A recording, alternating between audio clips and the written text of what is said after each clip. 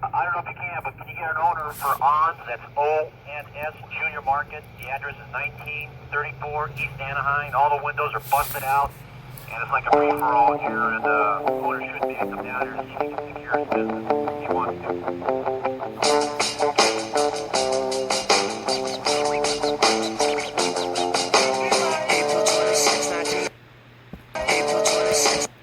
All right, you guys, I think you guys know what that song is. April 26, 1992 by Sublime. We've been having this happen on our streets lately. What's up? It's your girl, Carlucci. We're about to get into this right now. I'm all fired up. I got my girl, Essie. You know what the deal is. Essie, say hello to the people. What's up, everybody? Welcome to another episode of Dirty Talk 101 Vegas. This is where we talk to the bulls, stories unfold. Nothing's off limits to be told. Nothing's off limits to be told. I'm Essie Love, a.k.a. Tornado Head, because I'm going to keep your head spinning. And what's up? It's your girl, Carlucci. You know you can talk to me about your coochie or whatever else is Gucci. We're going to get right into it tonight. I'm all fired up. What up, Essie? Girl, all kind of shit going on in this world right now. Vegas is open back up, so we've got tourists on the way already.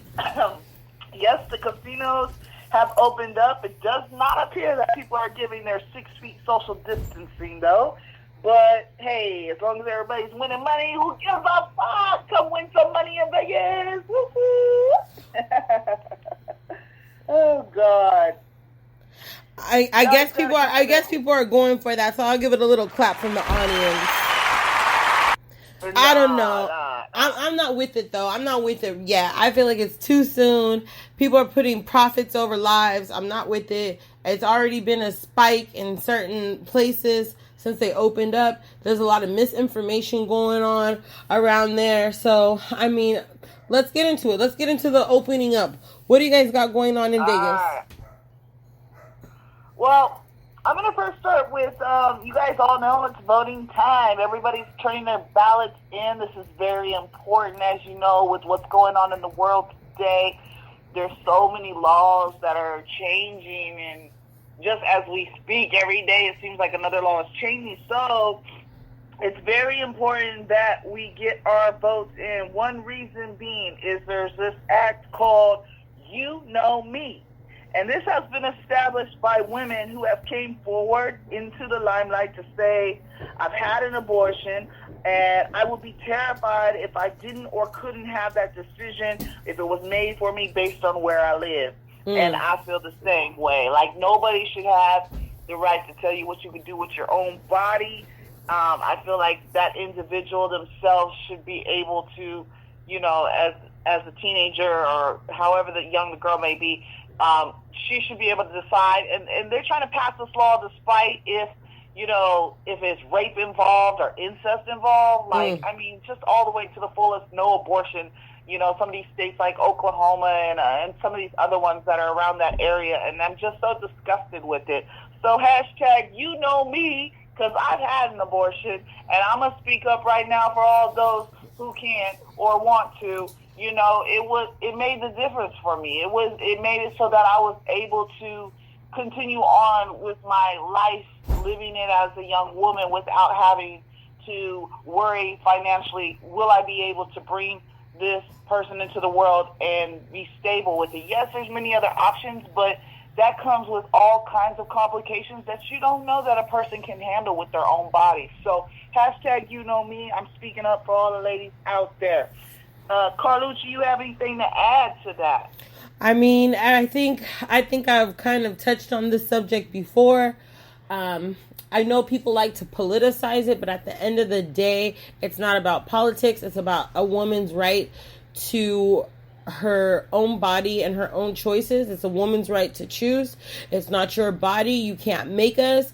There's a lot of situations. I mean, people always want to talk about the trivial things in life, like, oh, well, what about the abortion that's used as birth control? And it's like 9 out of 10 abortions aren't about that. And I hate when people marginalize the situation and make it about that. This is about young women being able to have the opportunity to go on and be successful in life without having to be encumbered by the responsibilities of having a child. This is about being able to protect yourself, maybe for some women who are in situations of incest and rape.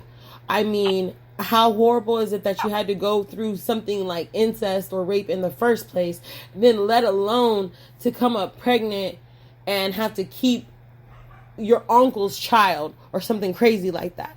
Like, and then there's other things besides that. There's health risks. There's all kinds of things that factor into it. And I can say this, no woman ever makes that choice lightly.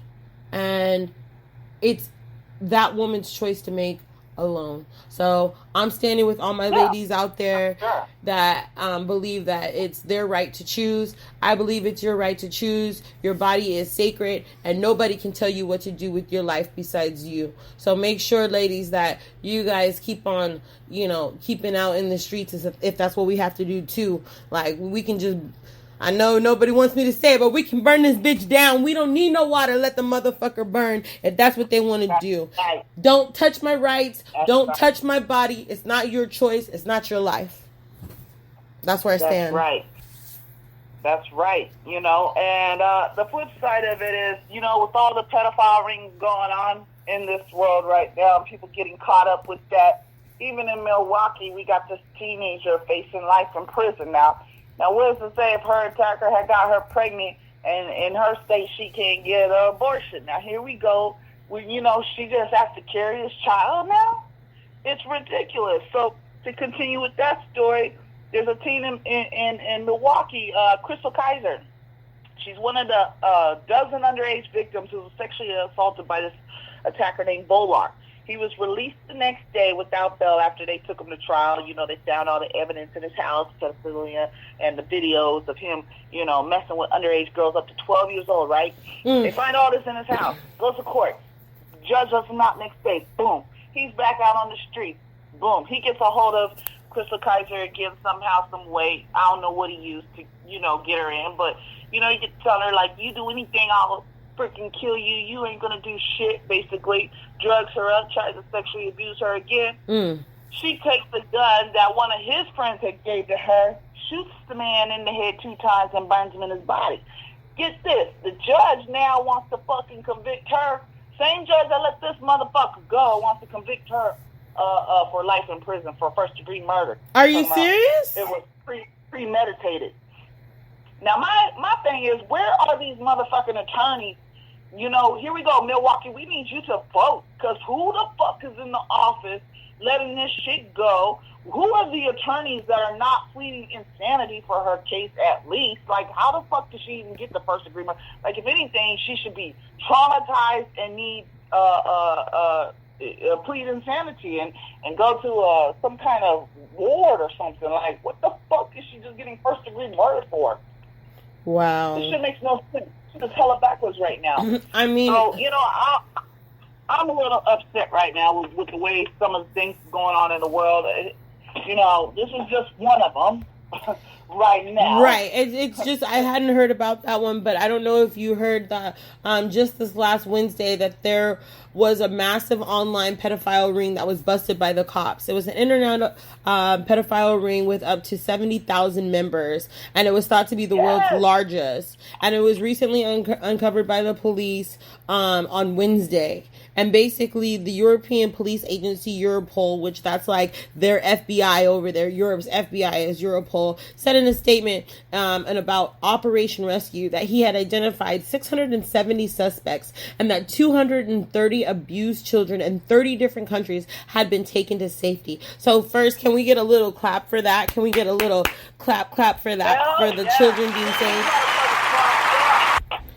Yeah, it's not cool. Like, I hope they all go to jail for a long, long time and rot in there. 230 children, though, were rescued, like I said, from 30 different countries from around the world, and more are expected to be found, according to Interpol. It said that so far, 184 people have been arrested in the investigations, and that they were continuing. I mean, this story just brought me to tears, basically. They had this huge thing online where basically all these perverts were online, looking at videos of children being abused, and the children themselves were in real time being abused. So like some of these men that were holding the children would be like on the video doing things to them. And like, this is what the people are looking at on the internet. It's just sick and it blows my mind. And like I said, I hope that they fucking rot in hell. Yes, hell yeah. You know, anyone in this type of situation, you don't know who to reach out to, always reach out to Dirty Talk 101 Vegas. We will put it to the right authorities. Dirty Talk 101 Vegas at gmail.com. Anything, look us up, get us the info, we'll send it on. We do not tolerate that bullshit. Absolutely not. There's enough things going on in the world. The last thing we need to do is violate our innocence with that type of situation. It's just not okay. Children are sacred. Yes. All right. Moving on. I have a crazy ass story that I must tell. This woman went completely nuts. Okay. Or she ate some nuts. However you want to call it. But this unique story caught a lot of people's attention on social media. Apparently, these police investigate. I guess they killed her. I couldn't get the full story because they were doing an autopsy on her. It was a 47-year-old woman, and I guess she was acting crazy or whatever. And they killed her, but they found in her stomach 12 partially digested human penises. Girl. What?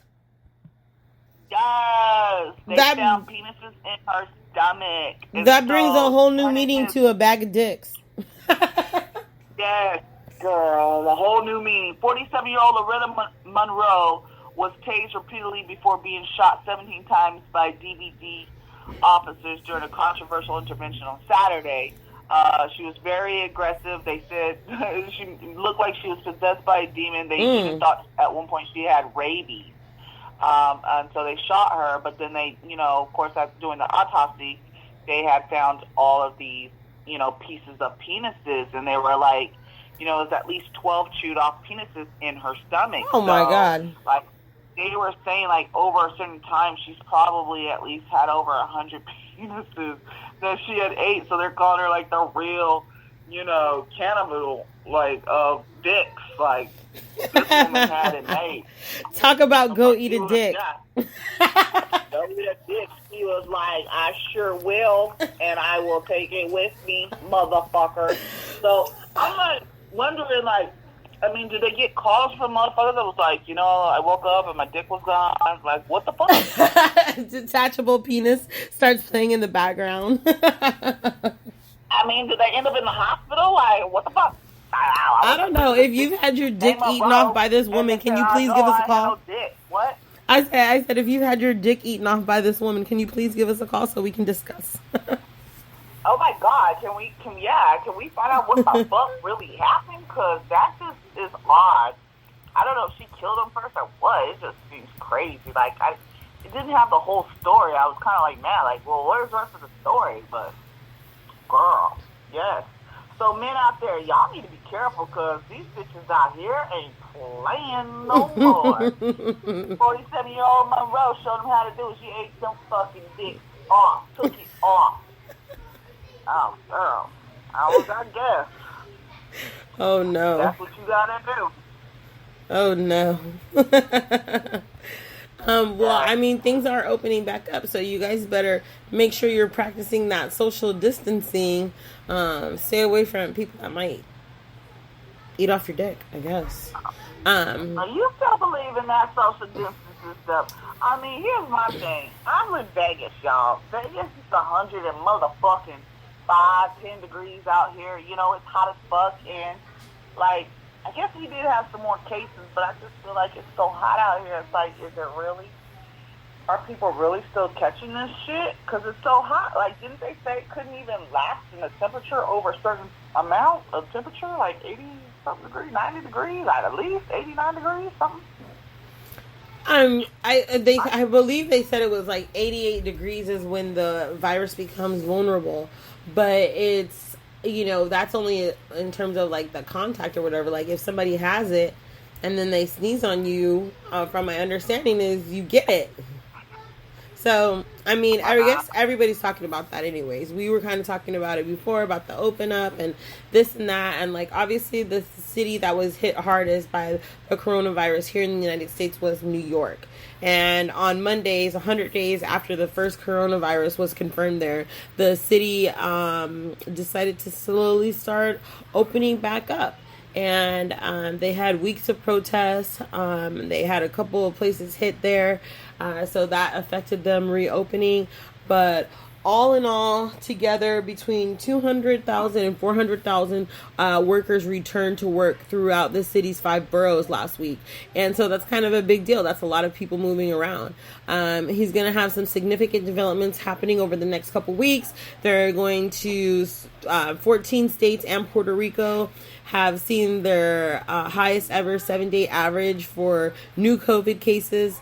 They're saying that it's going to start from that tracking point, and that the harsh nationwide lockdowns, why widely loathed, are the reasons why millions of lives have been saved, basically, because we haven't been spreading around the infection. And a lot of health officials are actually worried that with all the protests and everything that are going on, and people going back to work, that there is going to be a huge spike. Basically, they're saying that we're not going to know anything until about the 14th, like I said, because it takes 2 weeks for us to even know if, you know, the people are getting the COVID at all.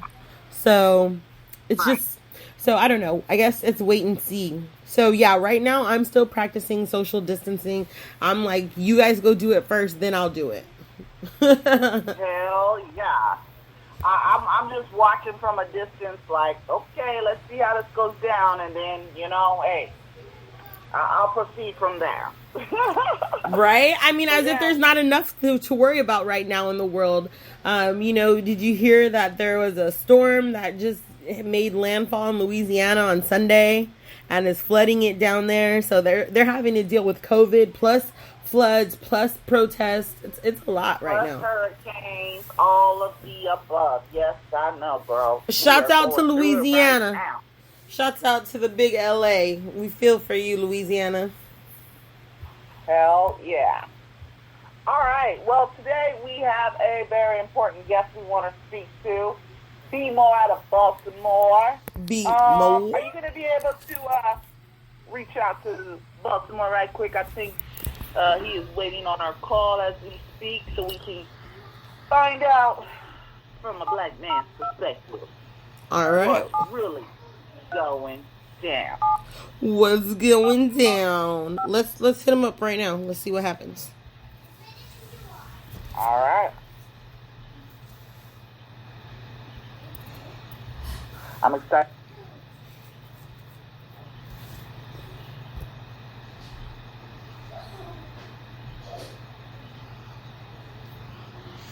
All right. I believe they are coming onto the line right now. Up. 7-0. He might be busy. Let's try this out again. Let's see what we can do. So, B More is going to talk to us tonight. We are going to get into it. We're going to kind of talk about the protest and, you know, how it is from a black man's perspective, basically, of all what's going to happen. We're going to have him on the line. He should be here any second.